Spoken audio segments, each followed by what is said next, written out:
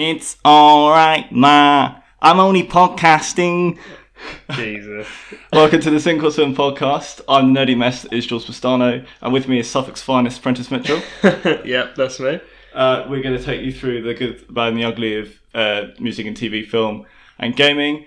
We should probably just stop. We don't really do news, but we just kind of have a chat about things that pop into our head.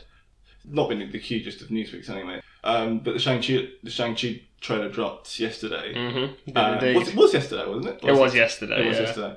I just had some interesting thoughts, especially on some of the music. Yeah, I mean, considering we do a podcast literally about this stuff, I committed the sin of not actually trying to find what the track was in the trailer, now that I think about it. Yeah. I completely forgot to look at the track. It might not have been a track, it might have been score.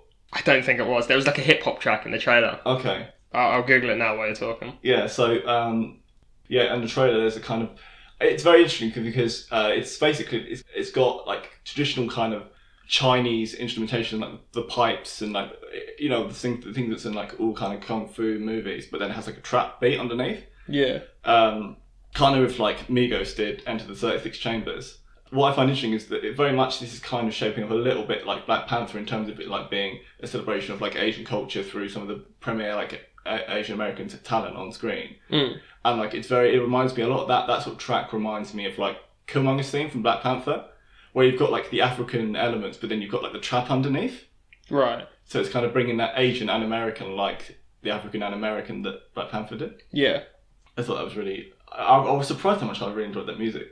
Although maybe I'm being a little bit voyeuristic in terms of, like, obviously my connection with Asian culture is lesser than it is with African American culture. Perhaps I'm not viewing it with the same reference as I should. Maybe if someone was actually, actual Asian Americans might be like, oh, that's a little cheesy. In the same way, I don't know. Not that I found all the African inspiration in Black Panther cheesy, but perhaps my sort of Western areas are like sort of like... Yeah, well, I think because of, like, kind of Western American fetishization, that kind of stuff for, like, Chinese culture has been overdone by the Americans, whereas in terms of like African influence, I wouldn't say that's exactly something that's been overdone in Western cinema. Yeah. Whereas there's a lot of, like, pastiches of, like, kind of, East Asian cinema in the West. There's a big fetishization of kind of, especially through, like, martial arts and all that. And hip hop as well. Like, the irony of hip hop, a lot of hip hop culture, like, taking bits.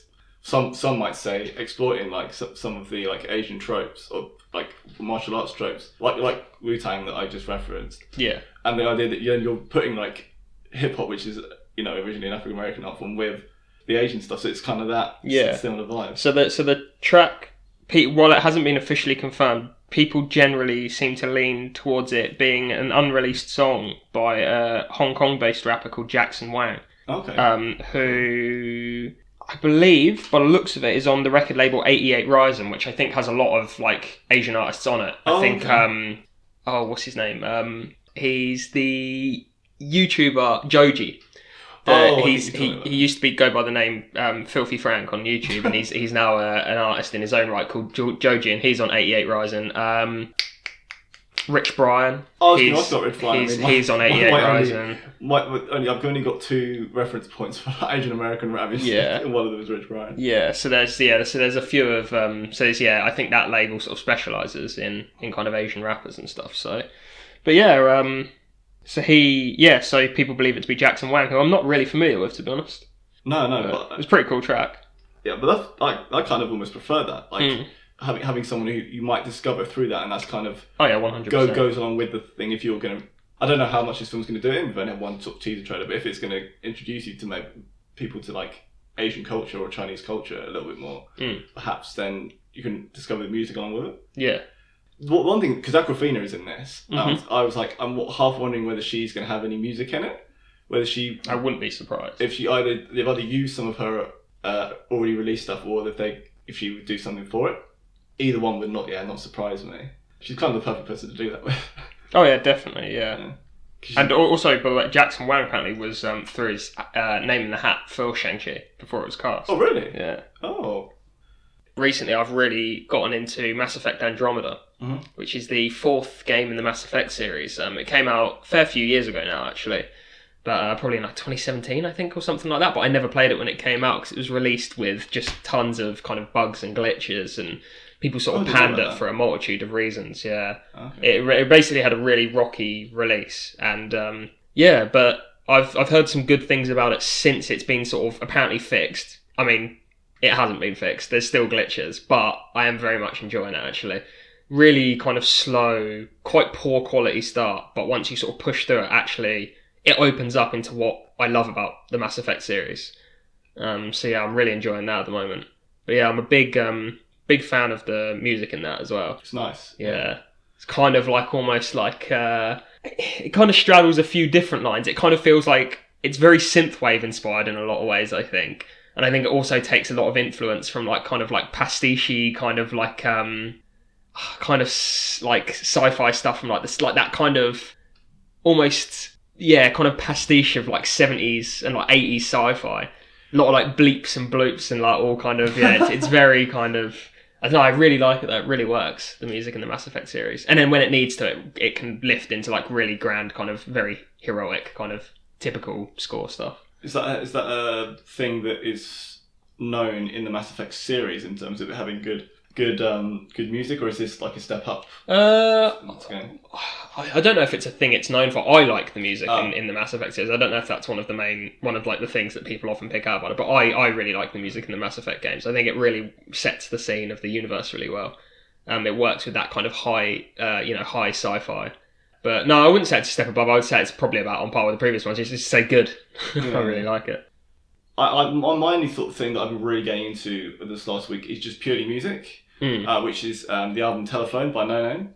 I've really been digging that. Yeah, I actually incredible album. Yeah, it's weird. It's like a little sort of cyclical thing. So the album sort of got onto my radar because a couple of tracks off it were used in the soundtrack for Us, which I did for the podcast.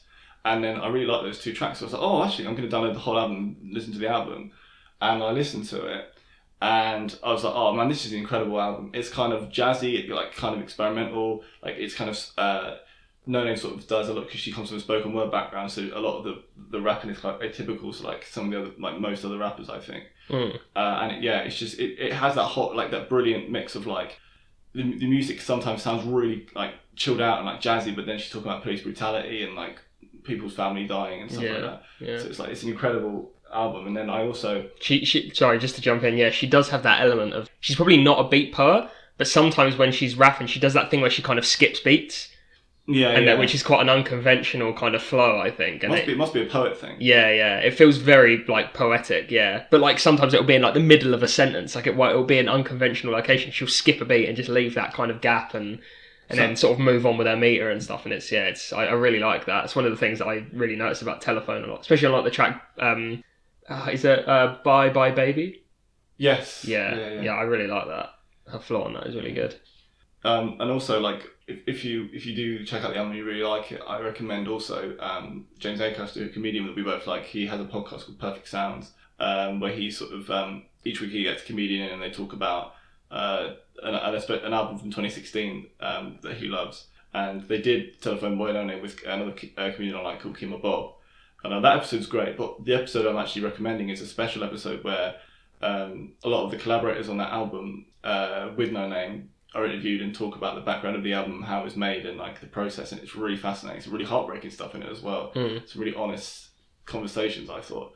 And coming from a music journalism background, I found the interview was very like raw, and like given how hard it is for like knowing how hard it is for some interviews to like not feel stilted, there's some really honest stuff. I was like, wow, that's a lot to give to like this sort of podcast.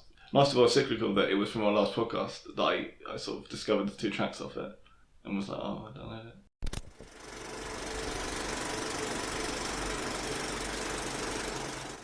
I'm going to do True Detective, which I've just finished. It's a noir detective anthology series created by Nick Pizzolatto. He's got a reputation for being quite an auteur, so that the series is quite famous, the True Detective series, and the music, as I was about to say, it has a large. I mean, especially in the second series, which I'll talk about, has a large bearing on the series and like almost how good it is, almost in a way. It's kind of a barometer. You can tell by the music.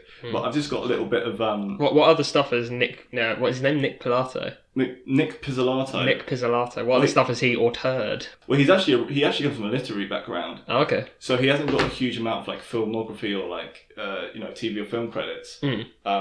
He's more he comes from a literary background and is which explains a lot of the really wordy kind of verbose dialogue in True Detective. Right. Because it's an author spinning his wheels. I don't know anything else he's done. So I should have checked that, and I can probably just check it now when I talk about something else. But it was just he has so little credit that it's not like you're not going to be like, oh, he's done this, he's done that. He's not that kind of geezer. Okay. So I've got a little. I won't talk too much about like the plot or anything because like obviously there are 3 different plots, so it's pointless and it's I can do this relatively spoiler free because of how the music is, so I'll try and do it as spoiler free as possible. But just some interesting things that this first thing you will love, Prentice, and this might really encourage you to watch the first series especially, is that the whole first story, which is the iconic one with Matthew McConaughey and Woody Harrelson. I know I said Harrelson. Woody Harrelson. Woody Harrelson. You said it how the man would say it himself. I can do a pretty good Rust impression, which is Matthew McConaughey's character. Oh, okay. I might whip it out in a second once I've got it. But this is one from Prentice. So season 1 is part of the subgenre of the Cthulhu mythos. Oh, okay, cool. And there are many references to Robert W. Chambers. Oh, he's probably one of the guys who ran with the Cthulhu mythos after Lovecraft. Right. Sort of. Yeah. Collection of short stories, The King in Yellow, as well as Carcosa, The Yellow King, and Black Stars. Right. And the original description Not overly familiar with those, but and the Errol Childress, which is a sort of like a kind of image that crops up like a motif of a green-eared spaghetti monster. Is a reference. Oh yeah. Reference to H.P. Lovecraft's Cthulhu. So that's all. The spaghetti monster is a meme as well. Oh, is it? Yeah. Oh, from True Detective. I don't know if it's from True Detective, but it's a meme. Oh, right, okay. Of like the spaghetti monster. It's yeah. So yeah, the series is very sort of dark and noir and like it's pseudo supernatural because I don't think there's anything actually unsupernatural, but the mystery is kind of so sort of like it's because it's like a mystery, but it's because it's so philosophical, it becomes almost like it's not on Earth. It's a bit weird. Okay. But anyway, I thought I've got a lot to talk about with the music, so I'm going to get kind of straight into the music. So the guy who does the music is called T-Bone Burnett. Ah. Do you know that name? I do indeed. Oh, Very interesting. I'll talk about why that's interesting later. I think I might know where you know him from actually. But yeah, he it was quite funny why all through watching it I assumed he was black. Yeah. I just because of the name T-Bone Burnett, I was like, that's a typical blues name. There's no way this guy's white. But yeah, he looks like a sort of Eric Clapton knockoff. Oh, okay. He kind of looks that kind of like he looks white like, as a sheet of paper. Yeah, he's kind of really sort of 70s sort of nerdy guitarist kind of guy. And he was in Bob Dylan's backing band in the 70s. Oh, okay, cool, nice. And he's done so he's done. I mean, that's not where I know him from. No, I didn't think so, but I think I know where so he's done other film scores. So you're going to say you know him from Brother Where Art Thou? I was aware of that, but that's not. Again, I'll save why him coming up is interesting for later in my segment. Okay. Oh, really? Oh, okay.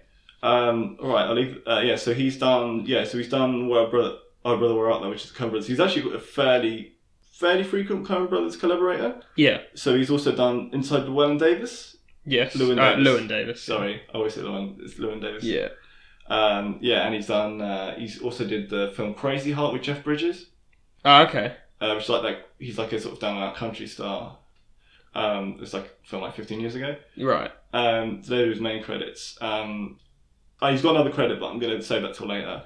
So we're going to start with season 1. A good place to start with all of these is like it always has like a theme song. It always has like as HBO always do, have incredible like opening sequences, and they have a song. They have a different song each time in the anthology. Is that kind of a thing that HBO are known for? For like having incredible opening sequences? I think so, because some of the most legendary opening sequences on television. Yeah, especially with like Westworld and Game of Thrones. Yeah, True Detective. Like they've got high. Yeah, it's clearly something they. I don't think it's an accident that a lot of those are like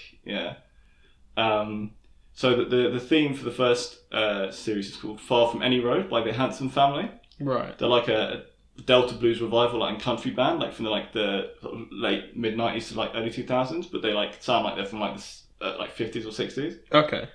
Because it's like the song sounds like it's like, because the whole thing, like the first series is set in like the Delta area, it's just a lot like Delta blues, and the song sounds like it's from like the 30s. Yeah. Although the production obviously is way better, obviously, but it's got that sense of like, it's very folky, and then like it's quite, I would say, a bit like with Kill List you mentioned a few weeks ago, or that it's like folk horror. A lot of the first series is sort of folk horror, and that's very much, it's kind of that. The song is kind of folky and got like really horrible imagery in it. Yeah. And I think it's sort of a lot, and there's a huge theme of this in True Detective where Nick Pizzolatto is not known for subtlety, and I guess T-Bone Burnett isn't either, because a lot of the songs like literally describe what's happening, like the aesthetic or like the main conflicts of the characters. So there's a lot of sort of like imagery of like missing, like the plot of the first thing is like missing girl, and like the whole thing, like they talk about a girl goes missing and amongst this horrible dust land, and like it's like, you know, her heart was like swayed with blood, and it's all like, but it's really funny, that always sticks in my head where the guy goes to like a baritone register. It's really funny.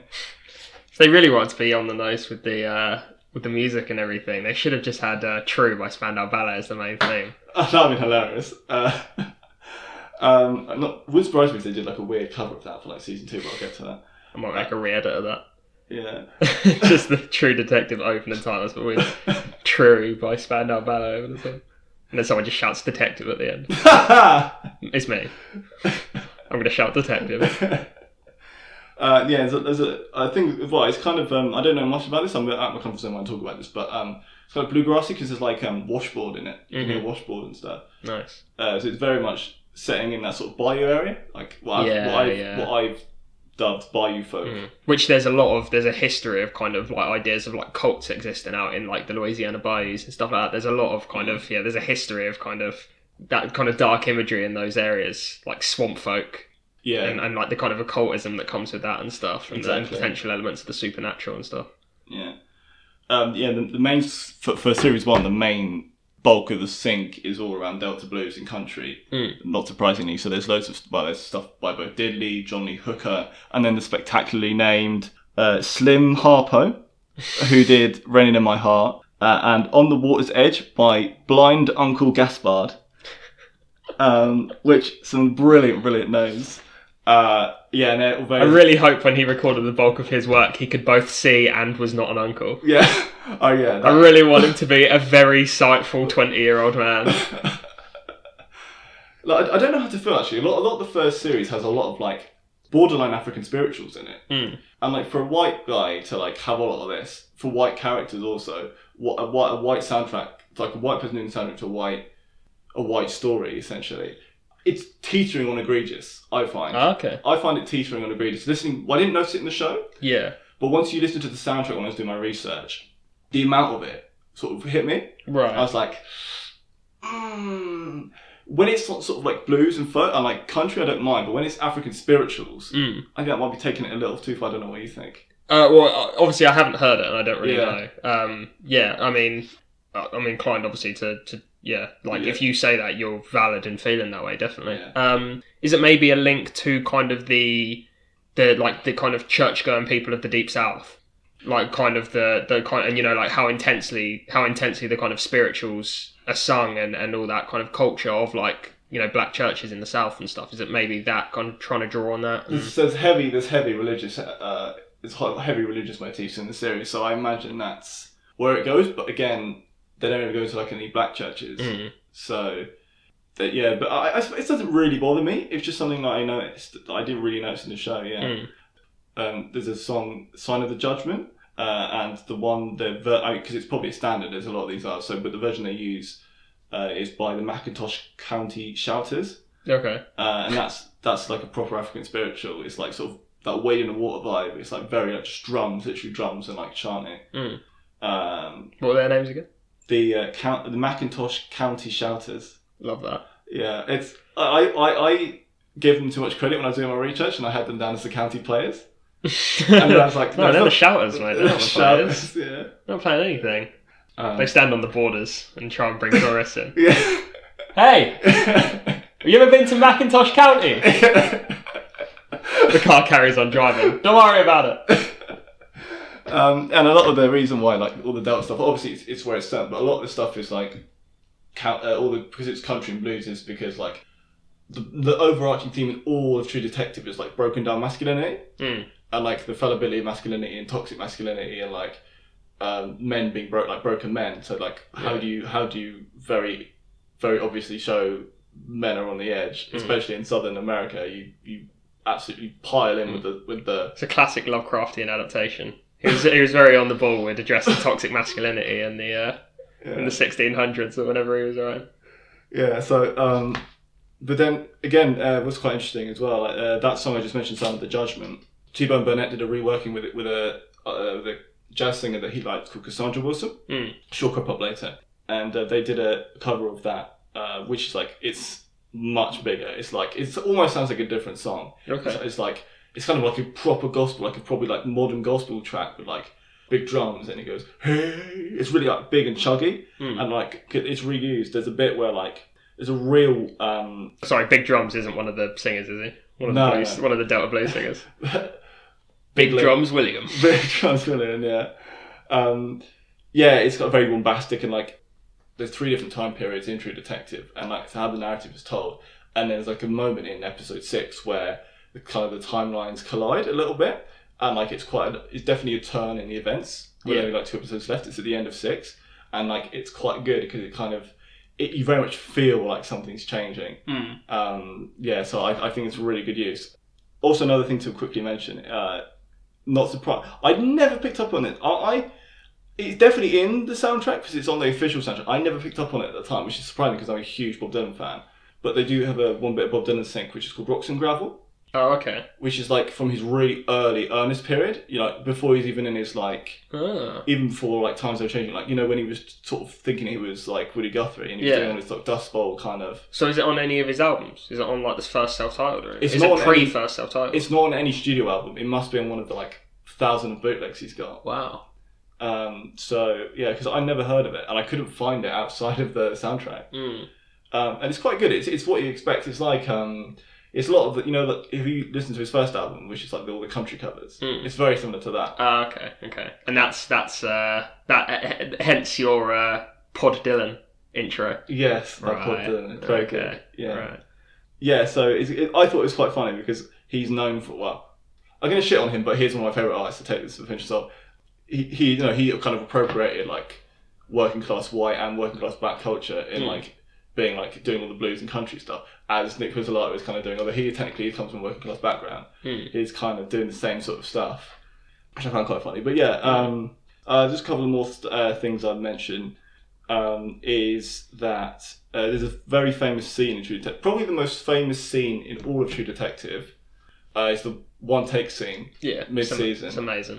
It's I think I'm right in saying it's like regarded as one of the best one take scenes in all of TV. I would say so, yeah. When the first season of Daredevil came out and there was the one take scene hallway fight, I fell down a bit of a rabbit hole of becoming obsessed with one take scenes. Yeah. And that was one that comes up all the time, and I showed it to you probably like a year or 2 ago, didn't I? I think, or maybe a couple of years ago. Yeah. It's incredible. It's amazing. Having not even seen the show, it's just so like wow. Yeah. It's so intense and sprawling and like. It is really quite incredible. But one of the things, there's 2 noticeable things about that. One is that for a lot of the time, there's no like score in it. It's literally just found sound. It's like people smashing in windows, people shooting guns. There's like no like outside sound. Yeah. Apart from 2, there's one, there's gangsters listening to some music, and it's Back in the Clan Front, I think, by the Wu-Tang Clan. Oh, okay. Very quietly in the background, you can barely hear it. But it's weird because it has like it has references to bees, and like a swarm of bees. And then also like then a song that plays over the credits is Honeybee Fly Me to Mars by Grinder Man, right? Which is like Nick Cave's industrial project. Yeah. And that's also got a bee. So there's a weird bee motif going on there. But that's really cool because it's a really intense song carrying on from a really intense thing. Yeah. So it really works really well. So move on to 2 because there's so much to talk about 2. 2 is very different. Like 2 is set not in the Delta. It's set in a fake town in California called Vinci, and I mean it just goes down. It never starts well. It starts the music to go on, i.e. terribly, in that it starts with like, instead of like a cool kind of niche-y country song, it starts with like Nevermind by Leonard Cohen. Okay. And it's from his like he came out like one of the albums in like 2010 when he sort of came back after he took a little break from music, and it's like really gravelly. He like yeah, and it's like really on the nose, and it's like it's about it's like every Leonard Cohen song. It's like it's about like it's depressing, and it's like talking about drinking and like losing a love. It's like it's so on the nose for like stuff, and it just doesn't get any better from there. Yeah. Like the only interesting thing about that is that apparently, although I didn't hear it, they re-edit it every episode. They re-edit the title sequence, so like different verses are played, so it like relates to stuff in the episode. Okay, right. Which does sound cool, but I didn't hear it. Doesn't work in practice. I mean, no, because the song was. I mean, it ruined the song, like because it was associated with such a terrible project. Like the terrible series, I'm like, this has ruined it for me. Yeah. So. Yeah, you did seem very unhappy when you were watching season 2. There's a noticeable difference in your. Yeah, it went from like the end of series 1, which were some of the best, like the last 3-4 episodes are some of the best television I've ever watched. So like the whole of 2 is an absolute car crash. It's so fucking terrible. It's so bad. And the music kind of is like, it kind of shows that, because it sort of, I feel like Nick Pizzolatto has clearly got an ego on him, and the success of 1 just put his ego into the stratosphere. Right. So instead of like, because it's set in, so it hasn't got any of the Delta stuff before. What it has got is an incredible amount of like original music for it. Like it has loads of like original stuff for it. And the biggest offender for this is a I'm sure she's lovely and she's quite a good artist, but she's just used terribly. There's an artist called Lyra Lynn, who is basically Alexandra Xavier if she spent too much time with Lana Del Rey. Okay. So she's kind of very like maudlin ballad, like a lot of people only get one half of that reference. Yeah, but... yeah. She's like a very maudlin, like balladeer, like sort of slightly semi-acoustic electric sort of balladeer. Probably a superhero in a spare time too. Lyra Lynn. Oh, very good. Yeah, so she has a lot of original songs on it. I mean, she basically has an EP out in the middle of the soundtrack. So she has the songs My Least Favourite Life, Church in Ruins, The Only Thing Worth Fighting For, and Lately. And only one of those holds up after one listen.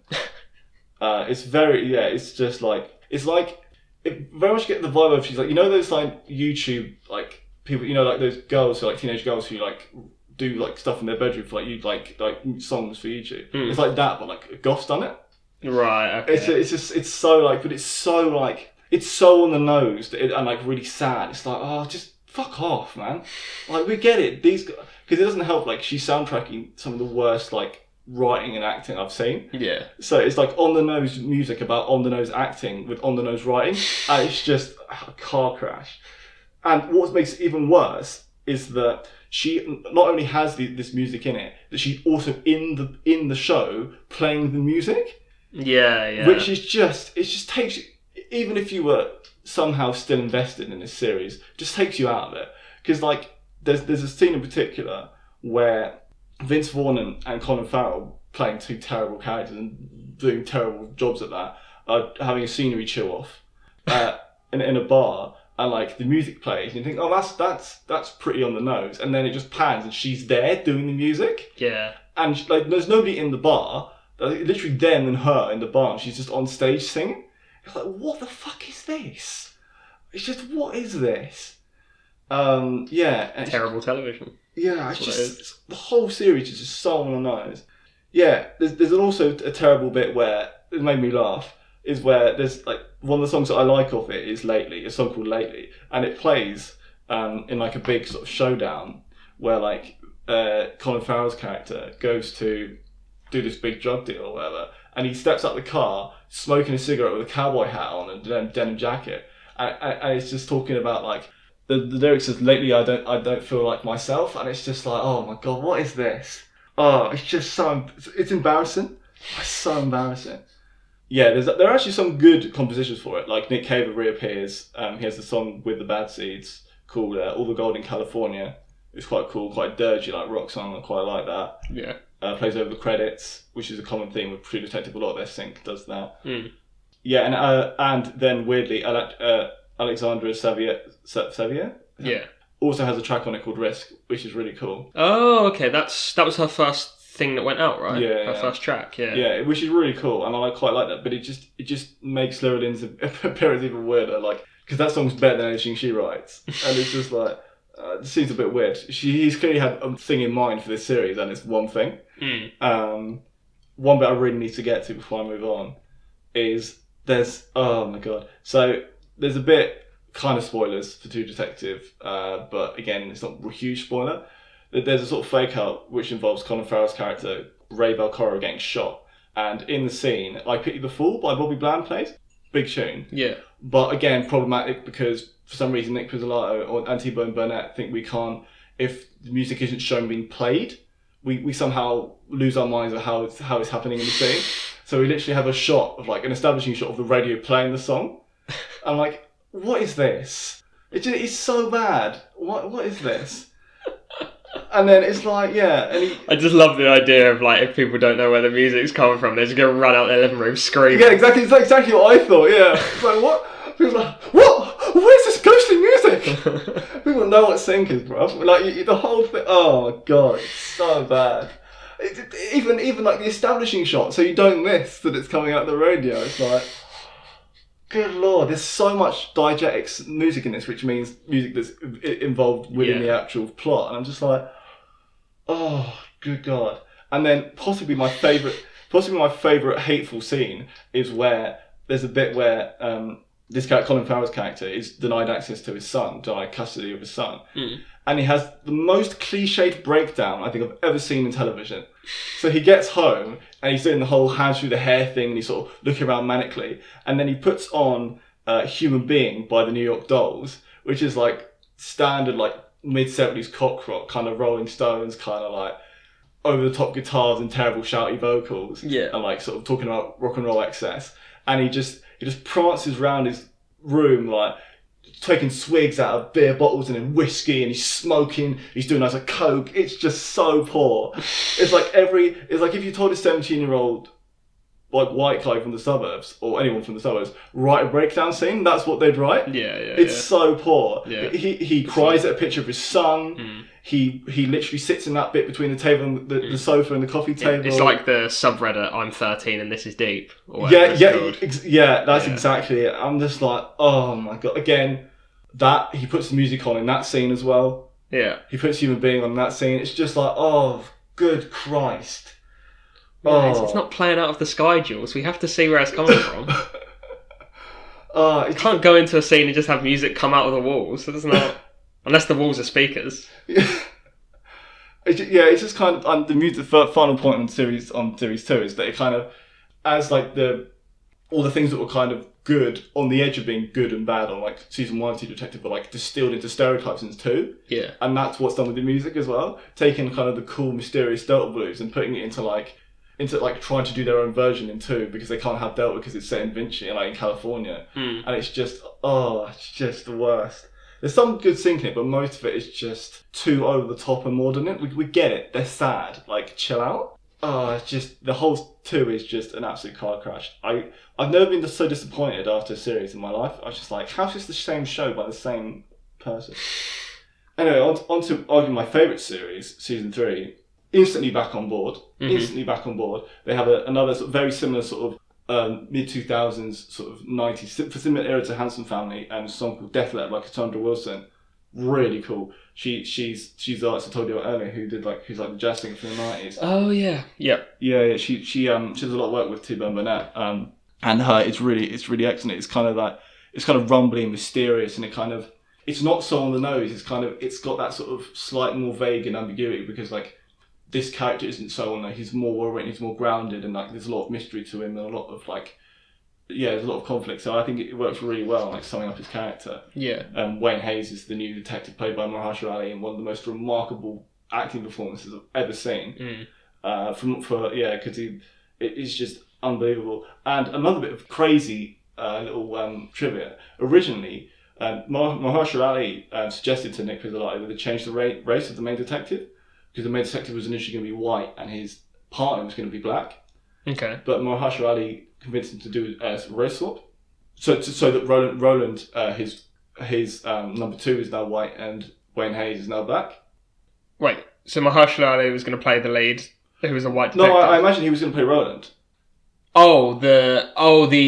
Sorry, okay, I get, yes.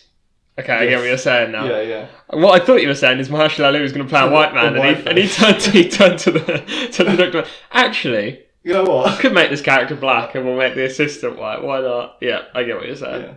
Yeah. Also, the guy Stephen Dorff plays his companion Roland. Roland West, I think his name is.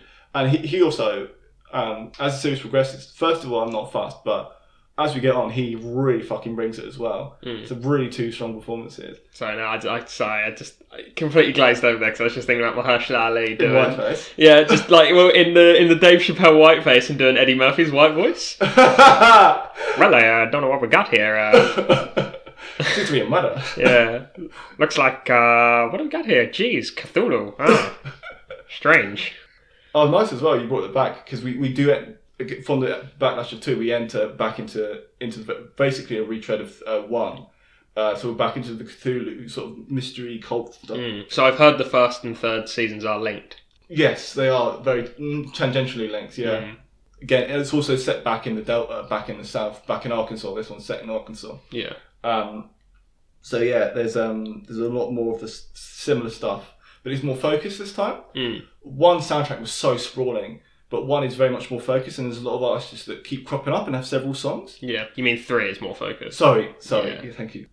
And then we've also got an artist that basically this series single-handedly introduced me to, apart from 1 song, Warren Zevon, who I know from Werewolves of London. Yeah. He has a couple of tracks on this that Love are that shit. really excellent. So he has a song called Reconsider Me on it, which is really nice. And then the song that is like the big tune, which I would recommend highly, is his song Desperados Under the Eaves, which plays over the credits in episode 5.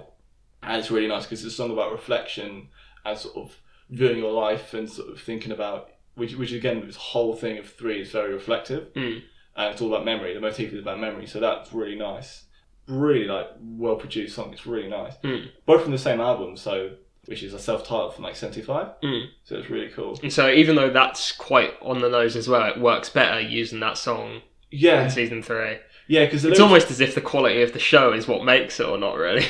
No, I think the song is less on the nose than some of the stuff. Okay. It really is less on the nose. And like, it did need some interpretation, which is the difference. Right. Because you did need the scene. You did need the scene to show, because it's about the 2 detectives from, again, this is like time jumpy, and the 2 detectives reunite after 15 years, so it really is nice. Yeah. It's on the nose, but it's in a way that it's not so it knows it. Like, you can choose to interpret it as a nice song just over the credits, or you can think about it in a sort of deeper sense, which I think 2 did not allow you to do. It just hit you over the head until like, oh right, okay, right, we get it.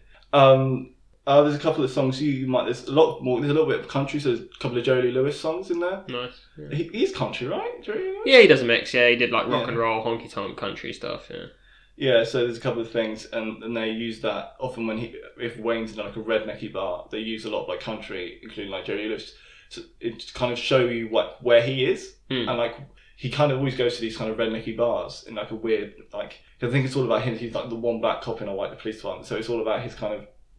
His a lot of the subplot is about his relationship with whiteness. Okay. So I think that's quite interesting that he often goes to rednecky bars playing country music. It's quite interesting. Yeah, there's more jazz as well. There's more jazz, which often plays. The jazz often plays when he is when he's courting his love interest called Amelia, played by Carmen Ejogo.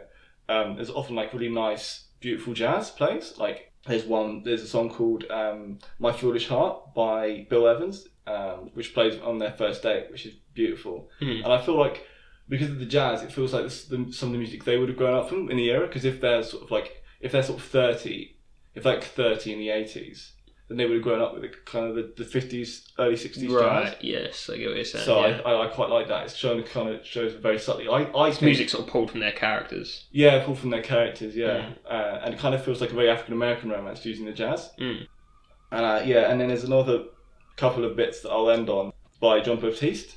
Okay, cool.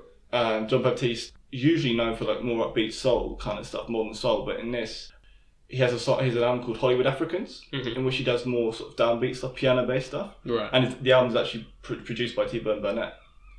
And it was cool. And it was released in 2018. So there's 2 tracks that are really nice. So there's it's kind of an ode to Chopin, the classical composer, called Chopinesque, and it's kind of just his.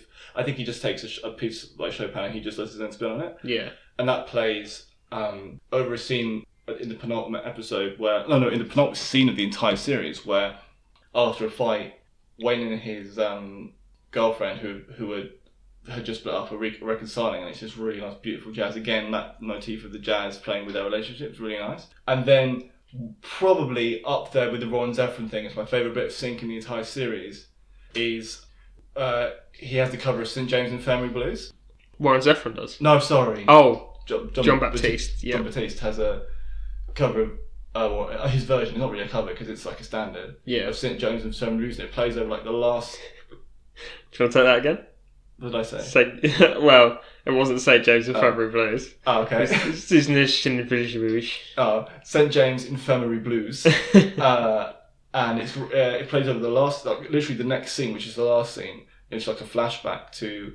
He's a Vietnam vet. He's a black Vietnam vet, which is a huge thing within the series. Like it's one of the key hooks of like his character. Yeah. And it's the only flashback, the only proper flashback we get to him in the like Vietnam jungle. And it's the whole idea is like, without being too spoilery, it's really nice. Like it's really powerful because it's like really nice blues. But like when you look at the song, it's kind of heartbreaking because without giving too much away, he has some sort of dementia or Alzheimer's where his memory's all over the place. Hence why there's lots of time jumps in like the narrative. Yeah. And the song basically is about this guy who he's kind of had enough of life and he kind of wants to reconcile with his dead lover. He's like, I've been on this long journey, but I've just given up. And if you ask me, tell them I've gone down to St. James Infirmary Blues. So I'm just leave me alone. I've like had enough of this life. Yeah. And the whole thing is like this one guy's on an odyssey to like complete this case throughout his whole life. For want of a better word, he never gets proper closure, and his wife. This is not a spoiler because it's said pretty early on that his wife, in the present day, is dead, and it's like he's had enough of his life, this hard life that he's lived, and he just wants to be with his dead wife, and it's really kind of affecting, because the whole way that Mahershala Ali depicts his dementia is really heartbreaking. Yeah. So I think it was a really good bit of sync. Yeah, it's a fantastic series. 1 to 3 are fantastic, and because they're an anthology, you can just go from 1 to 3 if you would like. But it's quite depressing, very dark themes and stuff. But yeah, it's definitely worth a watch if you like that kind of noir detective stuff.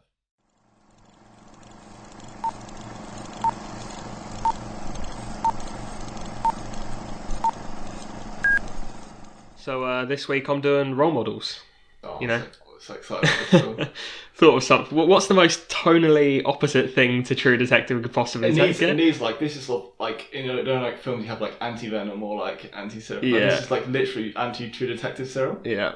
I fucking love Role Models. It's such a funny film. I forgot how much I liked it until we rewatched it the other day. Yeah. It's one of those films I don't know. Like I feel like I should enjoy it as much as I did. So like over time since watching it, I was like, oh, it's probably not that good. Yeah. And then we rewatched it. I was like, oh fuck, this is such a good film. And with one of the best musical gags ever. But definitely, without doubt. We'll get to that. For anyone who doesn't know, Role Models stars Paul Rudd and what's his name? Sean William Scott. Yeah, from like the American Pie movies, and you know Paul Rudd. If you don't think you know Paul Rudd, you do know Paul. You know Paul Rudd.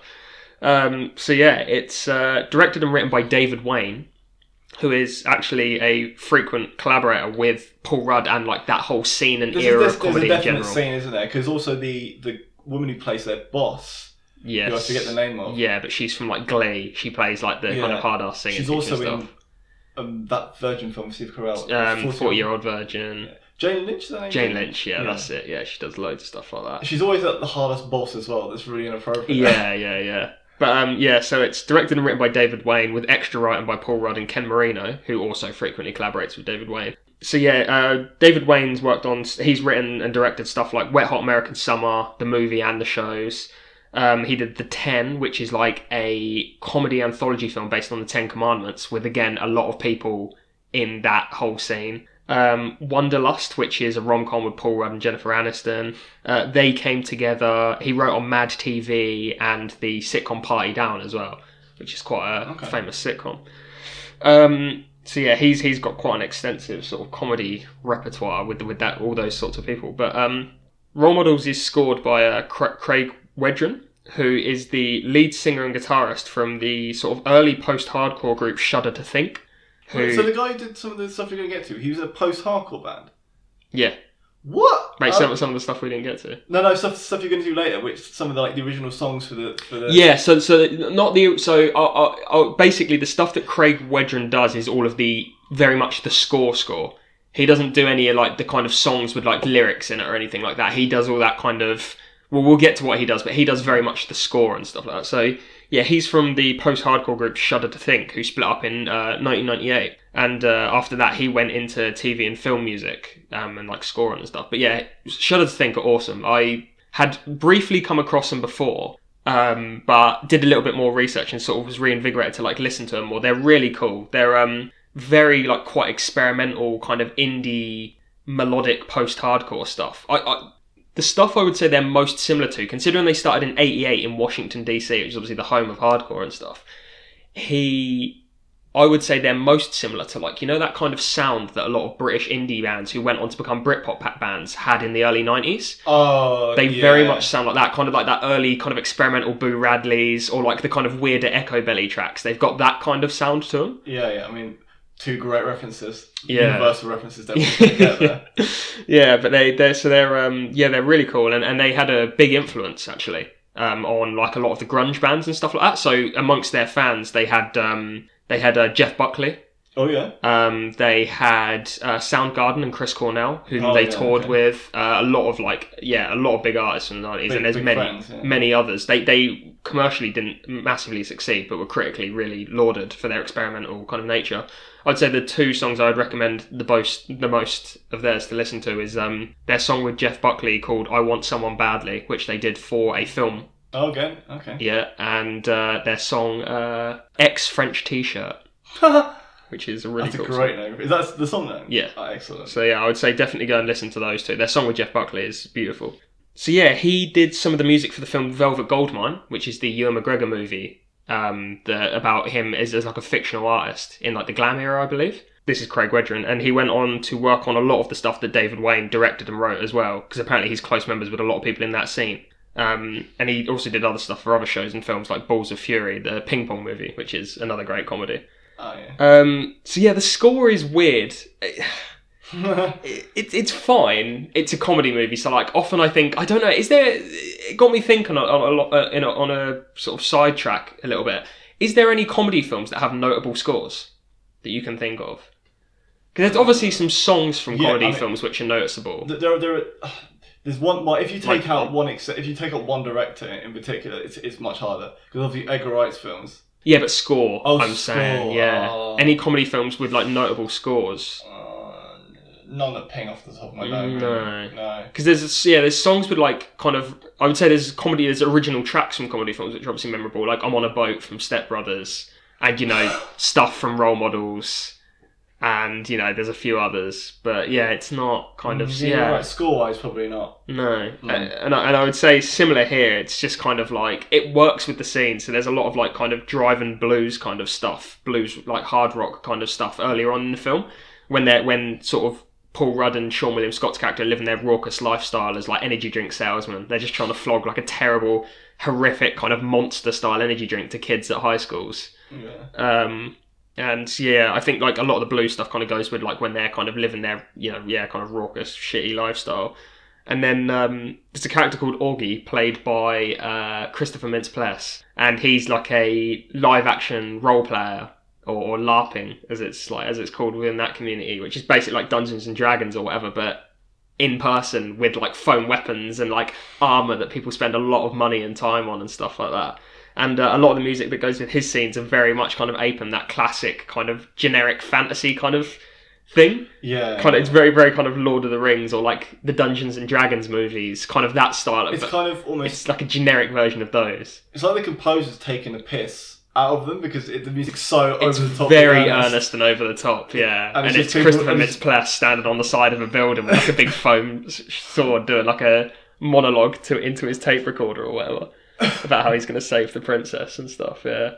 So yeah, there's it works with the scenes. It's very much good kind of contextual kind of scoring, but not really notable past kind of that kind of stuff. But where this film is quite interesting in the musical sense is in the music. It features like as original tracks. So it features the song "Broken and Bent" by the singer-songwriter Peter Sallet, which I think plays over when Paul Rudd first breaks up with Beth, who's his like kind of long-ish term partner. Oh yeah.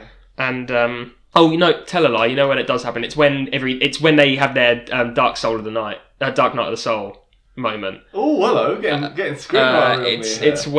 It's when they sort of both get in shit and they get kicked off the Helping Wings or Sturdy Wings program, whatever it's called, and he can't get Beth back, and Oggy hates him, and Sean William Scott's character, his kid hates him, and so they have and Broken and Bent plays. So Peter Sallet's done quite a few songs for like Judd Apatow and David Wayne joints. And he's done stuff for Ed Norton films as well because they were in the same middle school class. Oh really? Yeah. Oh nice. And one of the things I found fascinating about him, Peter Sallet, his father has a bigger Wikipedia page than him because his father was Stan Sallet, a prominent 60s civil rights organiser who served as a staff member on all three of the Kennedy brothers' teams. Whoa. In the 60s. Jesus. And he was quite a prominent civil rights organiser. Oh. So yeah, that was cool. And where T-Bone Burnett comes in, interestingly, is that the movie Keeping the Faith features a T-Bone Burnett remix of one of Peter Sallet's tracks. Oh. One of his original songs from his own album Heart of Mine. How does that song go? Is it really like sort of gentle? Yeah, kind of gentle, kind of like jangly, strummed, kind of like indie kind of stuff. Yeah, I think that song got that kind of broken and bent. It's really nice. Yeah, I remember Shazamming that. I was like, oh, that's really nice. Yeah, it's a nice track. Yeah, it's not bad. But yeah, and apparently he cameos in the film as a character called the Lad is Lass of Pleasure. But I don't know who that is or where that is. It must be a LARPer. Yeah, maybe. It sounds like a LARPer character. Maybe. So yeah, that's quite nice. I like that. And in terms of other bits of sync, we have Mr. Blue Sky by ELO, which plays when they're travelling from school to school, I think. When they sort of really hit their stride and things start, in quotations, going well for them, except Paul Rudd hates his job. Yeah. But yeah, there's... Oh, no, tell a lie. It's not. Again, I'm misremembering where all the songs are. Mr. Blue Sky, I think, plays when they are having a great time with the kids.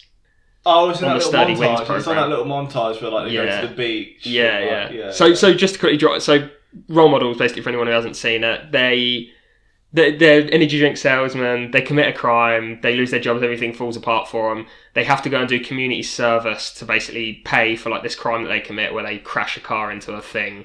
And they get paired with a couple of... They have to go... They choose to do their community service in the Sturdy Wings program, which is a program where you support kids who need like kind of mentors or whatever, or people to take them out for a few hours a week and do activities with them, be friends with them and stuff like that. And so that's their community service. And Paul Rudd gets paired with Oggy, who's like a nerdy kind of live role-playing kid played by Christopher Mintz-Plasse. And Sean William Scott, I can't remember what the name of the kid he gets paired with is. I don't think we're going to remember it. But yeah, basically he gets paired with like a young black boy who is just hilarious. That kid is so funny. He's the highlight for me. Yeah. He has so many brilliant lines. He keeps calling he calls Paul Rudd's characters like characters in Ben Affleck films. Yeah, he does. Yeah. He randomly, he constantly calls him, like very much in line with like kind of Robert Downey Jr.'s Reindeer Games joke for Loki or whatever. He does call them Reindeer Games. Does he call him Reindeer Games? He calls him Reindeer Games. Yeah, but like he just constantly references Ben Affleck films for Paul Rudd's character. But yeah, so they basically get paired with them, and so yeah, when they finally have a great time or whatever, you get a montage of Mr. Blue Sky by ELO. Rock You Like a Hurricane by Scorpions is used at one point. I believe when Sean William Scott's character rocks up at one point. It might even be really early on in the film, but so he's a massive fan of like hard rock and in particular Kiss. And because of his obsession with Kiss, we get Detroit Rock City, we get Love Gun, which is when he introduces Kiss to the kid he mentors. He's mentoring a kid, and he details to him how the song is a metaphor for his penis. Yeah, and how Kiss are actually cool. Despite not being cool in the 2000s anymore, he tries to persuade this kid that they are actually cool. I believe the line is, they wear makeup to get chicks! And the Love Gun's actually his dick. Kiss are one of those bands I always forget I actually really like them. Yeah, I actually really like Kiss. They caused a weird associative thing with like their songs, where like they have loads of songs you're like, oh, that was Kiss. Yeah. Oh, that was Kiss. I didn't realise. Yeah. They're much more famous than you realise. Like, you definitely have heard some Kiss songs before, and yeah, I forget how much I actually genuinely really like Kiss. Yeah. So I'm glad this film popped up again to remind me. And actually, at the end of this film, basically, Paul Rudd sings Beth by Kiss to Beth, his ex-partner. Oh, really? I didn't realise that was the actual... Yeah. And the live-action role players whip out, like, their mandolin and, like, their hand drums and stuff like that. And they do, like, an impromptu kind of, like, acoustic cover of Beth. Oh, I didn't even realise that's a real song. He improvises the lyrics, yeah. Yeah, it's Kiss's ballad. And also, at the end, like, it ends at, like, at one of the big LARPing events. And they have to form their own sort of team to join, and they all like dress as like sort of knockoff Kiss members. Yes, they do. Yeah. They come from like they hail from the land of like Kiss My Anthea. Yeah, yes, Kiss My Anthea. Knowledge. So the big thing really to talk about from this film is the incredible running gag that goes throughout the film of the song titled "Love Take Me Down to the Streets." So it's claimed by A.D. Miles' character Martin, who's one of the guys who works at Sturdy Wings. He's like this kind of very kind of scrotty looking ginger dude, and it's claimed by his character to be by Wings. I think he at one point doesn't. Sean William Scott's character references Kiss, I think. And A.D. Miles' character Martin leans over and goes, yeah, and like starts talking about music, and he's like, do you know any Wings? He's like, love, take me down to the streets. And Paul Rudd's character's like, that's not a song by Wings. But the way he does it as well, it's like, that way that you like, if you're trying to suggest a song to someone that they should know, you just do it quickly. So they can get it. Yeah. That's not a song by Kiss. I think it is. No, it's not. It's not a song by anyone. I'm pretty sure it is. I'll look into it, but yeah, I'm pretty sure it is. And... So yeah, in the initial scene, he sings the song and claims it's one of their hits from the 70s. And then, so that's pretty funny. And then later on in the movie, they go for a camping trip. And David Wayne, the director, makes a cameo as the guy who can't play guitar when you're at like a campsite or whatever. Oh, yeah, the guy who whips it out. And so he whips out his guitar and he's starting to sing Kumbaya, but he can't find the right key or whatever, and he's playing it all incorrectly and stuf. And A.D. Miles' character Martin walks up to him and says... oh man, you got a guitar. You know any Kiss? And then David Wayne's character... walks over to him and says, great, you got a guitar. You know any Wings? And he's like, yeah, I do. Love, take me down to the streets. And starts strumming out on his guitar. Oh, it's so good. I love it so much. It's like a parallel universe where like, this is actually... Everyone needs to know this song. Everyone knows this song apart from Paul Rudd and Sean William Scott. And then incredibly, it doesn't rear its head at all anymore in the film. It's just those two great, like, really funny gags. And then over the credits, we get Love Take Me Down to the Streets, seemingly by Wings, the full studio version, and it's incredible. It's one of the most accurate impressions of an artist I think I've ever heard in my entire life. It's incredible. Yeah. Not only in terms of the singer sounding exactly like Paul McCartney, but that song sounds exactly like a fucking Wings song. Yeah, it's even got like the weird McCartney like really weird scream he does. It's like if I didn't know, I'd been like, oh, it's probably because McCartney got that thing where he has these odd songs that you're like, oh, okay. So like that could be easily. Could just be some sort of like Wings deep cut. That's been missed on some sort of late 70s album or whatever. But yeah, no, it's so it's actually credited to not Wings. Is that the name of the band? By the name of the band, yeah. So it was written by a guy called Charles Ganser, who worked with the composer on the film. And he is previously of the indie band Governor. Oh, yeah. And so, yeah, he's also worked with... he's done loads of music for David Wayne's stuff before. And the other artist who's credited as helping to co-write it and play on it is Amy Miles, who's done music for a lot of, like, Amy Poehler stuff. Oh. And she's also... I think she's been part of the band on SNL a couple of times. Oh, okay. Nice. And then A.D. Miles has a writing credit because he came up with the name. So I think in improv... Oh, was it improv? Because a lot of the film is improv, because it was during the writer's strike. Oh, okay. Yeah, so Paul Rudd and Sean William Scott and A.D. Miles and that, there's a lot of improv lines. Oh, wow. And I think you can tell there's some Really improv running jokes, because there's also the joke where every time an actor's name is mentioned, there's a close-up of Sean William Scott's character, and he's like, great actors, they're great actors. And that happens about 4 or 5 times throughout the film as well, which is amazing. Yeah, so A.D. Miles has a credit for coming up with the song title, because I think he obviously just improv this like fake wings. Even the name sounds accurate. Yeah. So yeah, it's performed by a guy called Joey Curatolo, who's a Paul McCartney sound-alike who performs in the most successful Beatles tribute band, Rain. Oh. They're incredibly successful. They tour all around the world, playing gigs as the Beatles. It makes kind of sense, but even so, it's like, how do you sound that much like... And he played Paul McCartney in the Broadway musical Beatlemania as well. Oh, okay, right.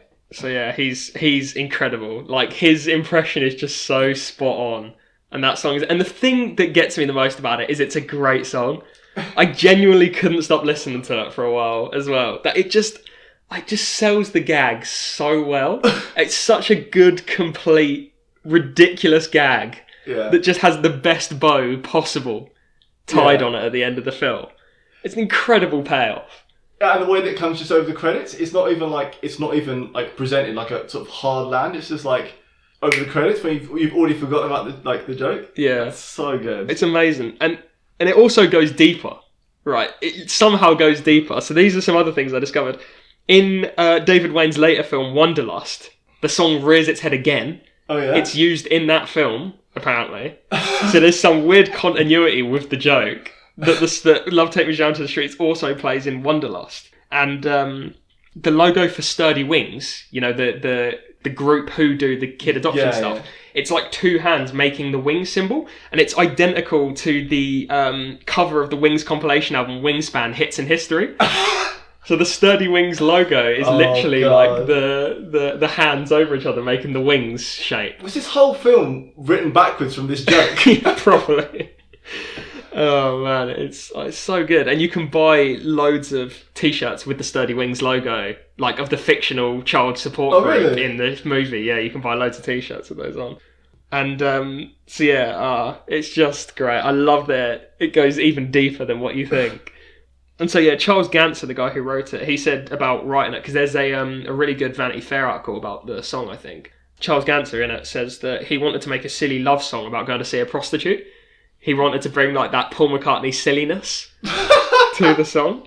And he's quoted as saying, I wanted to bring this light, cheery McCartney view to, you know, being a John. Good pun. Yeah. Oh, yeah, exactly. Yeah. And what I think is incredible as well is that you would be forgiven in thinking, after watching it, if you didn't know enough about Wings, that this was actually a Wings song, and that the joke was maybe that Paul Rudd's character doesn't know Wings well enough or whatever. Yeah. And a few people have actually ran with it. But I think genuinely some people don't realise this isn't a Wings song. So there's multiple uploads to YouTube as Love Take Me Down to the Street by Wings. And a few websites including songmeanings.com, lyricsmania.com and ultimateguitartabs.com all list it as Love Take Me Down to the Street by Wings. There's some actually legit websites as well. So people have actually fallen for this and think it's an actual Wings song. I think that people have like taken the song and uploaded it online as a joke and credited it to Wings, and then other people have come across it and think it's actually a Wings song. And so now the joke has actually sprawled into this real life thing of people thinking that Love Take Me Down... Some people have actually been tricked in the real world into thinking that Love Take Me Down is a real song by Wings. All it needs is for McCartney to actually do a cover of it. Oh. And then the joke will be cyclical. I love, though, that there's people out there like A.D. Miles' character who might potentially be like, oh, do you know Love Take Me Down to the Street by Wings? Oh, so it's like a meta joke, so it becomes meta. Because they don't know that it's not a Wings song. Yeah. Because it's been shared around online as an actual Wings song. Yeah.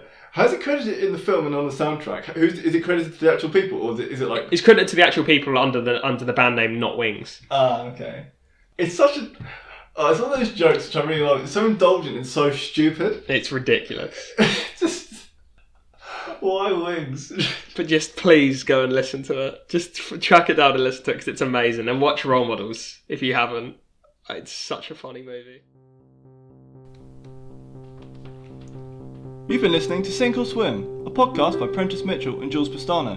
If you want more from the pod, you can find us at SyncOrSwimPod, all one word, on Instagram and YouTube, and you can find us at Sink or Swim on Facebook. To get in touch, please send us an email at syncorswimpod@gmail.com. You can listen to this pod wherever you find your podcasts, with full episodes and clips going up on YouTube at a later date as well.